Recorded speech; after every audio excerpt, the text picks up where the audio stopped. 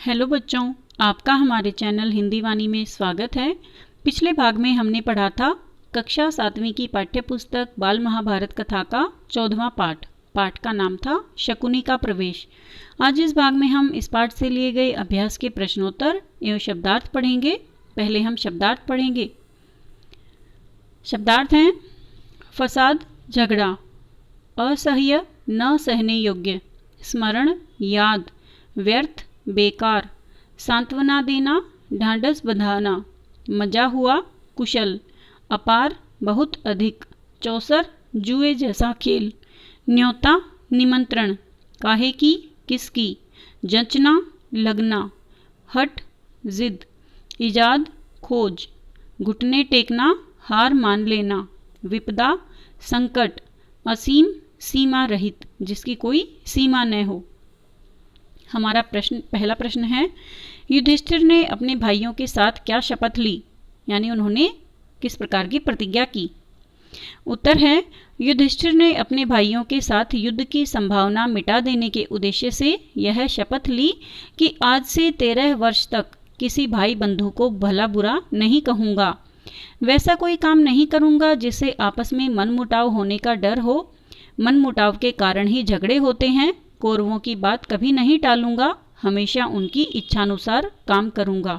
ये सभी बातें युधिष्ठिर ने अपने मन में सोची और अपने भाइयों से कही। अगला प्रश्न है, पांडव राजसूय यज्ञ कर रहे हैं, यह सुनकर दुर्योधन को कैसा लगा। उत्तर है, पांडवों का राजसूय यज्ञ करना दुर्योधन को अच्छा नहीं लगा। वह उनकी यश समृद्धि ठाट बाट का स्मरण कर ईर्ष्या की जलन से बेचैन हो रहा था। हमारा अगला प्रश्न है, शकुनी ने धृतराष्ट्र को किस चीज के लिए बाध्य किया। उत्तर है, पांडवों को चौसर के खेल में बुलाने के लिए शकुनी ने धृतराष्ट्र को बाध्य किया, यानी मजबूर किया। हमारा अगला प्रश्न है, अपने पुत्र दुर्योधन की बात मानकर धृतराष्ट्र ने विदुर को क्या आदेश दिया।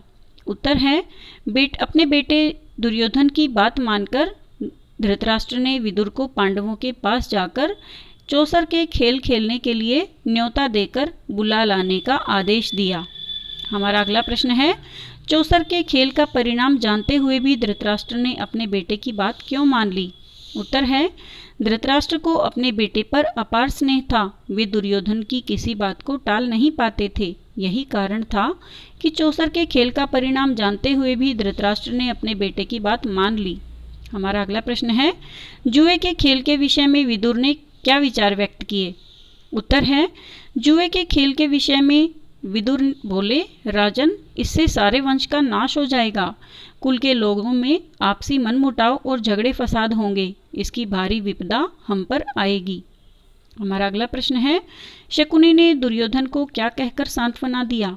उत्तर है, शकुनी दुर्योधन को सांत्वना देते हुए बोला, बेटा दुर्योधन मन छोटा मत करो, पांडव आखिर तुम्हारे भाई ही हैं, उनके सौभाग्य पर तुम्हें जलन नहीं होनी चाहिए।